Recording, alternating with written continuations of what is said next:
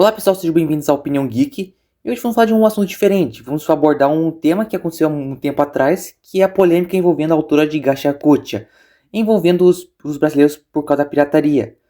Eu quero deixar uma coisa clara, esse vídeo não é uma defesa da pirataria, muito menos um ataque ou foco na história sobre a Gachacutia. Quem cria uma obra merece ser remunerado, mas também acho injusto resumir milhões de fãs brasileiros a pessoas que simplesmente não querem pagar. Para entender isso, precisamos voltar no tempo. Durante muitos anos, o brasileiro conhecia o anime pela televisão. TV Globinho, SBT, Cartoon Network e Manchete trazeram obras como Dragon Ball, Pokémon, Digimon, Yu Yu Hakusho, Samurai X, Sakura Taisen, entre muitos outros. Eles chegavam dublados. Para muita gente foi assim que nasceu o amor por animes. Só que esse cenário começou a desaparecer.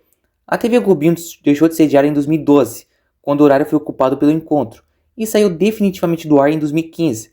A própria Globo confirma essa mudança. A televisão mudou, a programação infantil perdeu espaço, e ao mesmo tempo os animes deixaram de ter aquela presença constante na TV.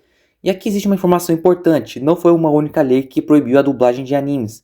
O mercado mudou, os modelos de televisão mudaram, e a distribuição de conteúdo também. O resultado para os fãs foi simples. Muitas vezes eles começavam uma série e não tinham onde continuar assistindo oficialmente.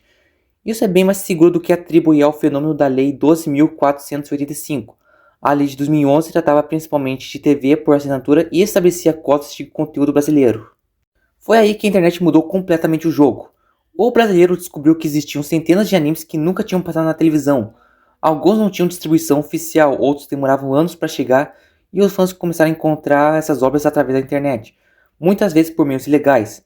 Novamente, isso não torna a pirataria correta, mas explica por que ela se tornou tão presente na cultura dos fãs brasileiros. E com o tempo surgiram os aplicativos na Play Store, com Better Animes, que eu admito que eu consumi animes lá. Porém, isso não quer dizer que não tenham tido animes legalizados no Brasil, como um anime que a gente já mencionou aqui no canal recentemente, Erased, passou na Netflix. E tinham muitos animes que chegaram a ser dublados oficialmente para o Brasil nessa época, como Konosuba, Akashiki Records e Kakegurui. Existe uma contradição interessante, o mesmo fã brasileiro que muitas vezes é acusado de não querer gastar dinheiro com o anime, compra mangás, action figures, camisetas, jogos e produtos oficiais quando consegue. O problema muitas vezes não é a falta de vontade, é a acessibilidade. Quando uma pessoa encontra uma forma legal, conveniente e financeiramente possível de consumir aquilo que gosta, ela pode escolher o caminho oficial. E existe outro fator que não podemos ignorar, o dinheiro. Mangás, Blu-rays, action figures e outros produtos importados podem ser caros para os consumidores brasileiros. E mesmo quando existe uma opção oficial, ela precisa caber no orçamento. Isso não significa que o brasileiro não queira apoiar os criadores. Muitas vezes significa simplesmente que ele não consegue consumir tudo oficialmente. E muitas vezes o brasileiro escolhe optar por comprar uma action figure falsificada, às vezes sabendo e às vezes não. E foi justamente aí que serviços como a Crunchyroll mudaram bastante o cenário. Pela primeira vez ficou muito mais fácil acompanhar temporadas novas de animes oficialmente pela internet, e não apenas legendados. O catálogo brasileiro também passou a receber cada vez mais dublagens. Em 2023, a própria Crunchyroll estava mais de 100 títulos com dublagens brasileiras em seu catálogo, e a integração da Funimation aumentou cada vez mais esse catálogo.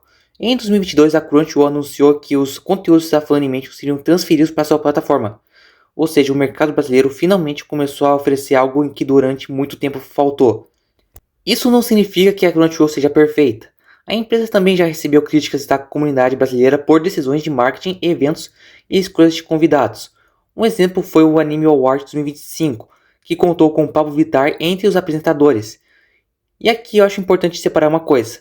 Você pode não gostar de uma escolha de marketing da empresa. Pode achar determinado convidado não combina com o evento do anime. Pode criticar a empresa, mas isso não significa que o serviço seja legal e seja importante para o mercado brasileiro. A participação de Pablo Vittar no Anime Awards não é rumor. A própria Crunchyroll anunciou oficialmente em sua participação com o apresentador. A Crunchyroll tem muitas polêmicas, mas muitas vezes é mais pela escolha do consumidor.